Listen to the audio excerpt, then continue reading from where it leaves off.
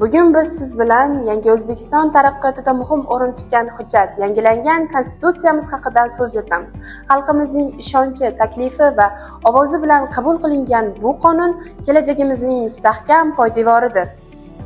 Konstitutsiya bu davlatning asosiy qonuni. Unda xalqning huquqlari, erkinliklari, davlat tuzilishi va jamiyat tartibi belgilab qo'yilgan. 2023 yil 30 aprel kuni O'zbekiston Respublikasi Konstitutsiyasiga o'zgartirishlar kiritish to'g'risida referendum o'tkazildi. Yangi konstitutsiyaning ahamiyati: bu konstitutsiya fuqarolar va davlat o'rtasidagi munosabatlarni yanada aniq va adolatli qiladi. Inson huquqlari va erkinliklari asosiy qadriyat sifatida belgilandi. Davlat boshqaruvi samaradorligi va shaffofligi oshirildi. Konstitutsiya bu millatning yuragi, davlatning qudrati, xalqning kelajagidir. Uning har bir moddasi bizning bugunimizni mustahkamlaydi. Keling, bu yo'lda birga bo'laylik.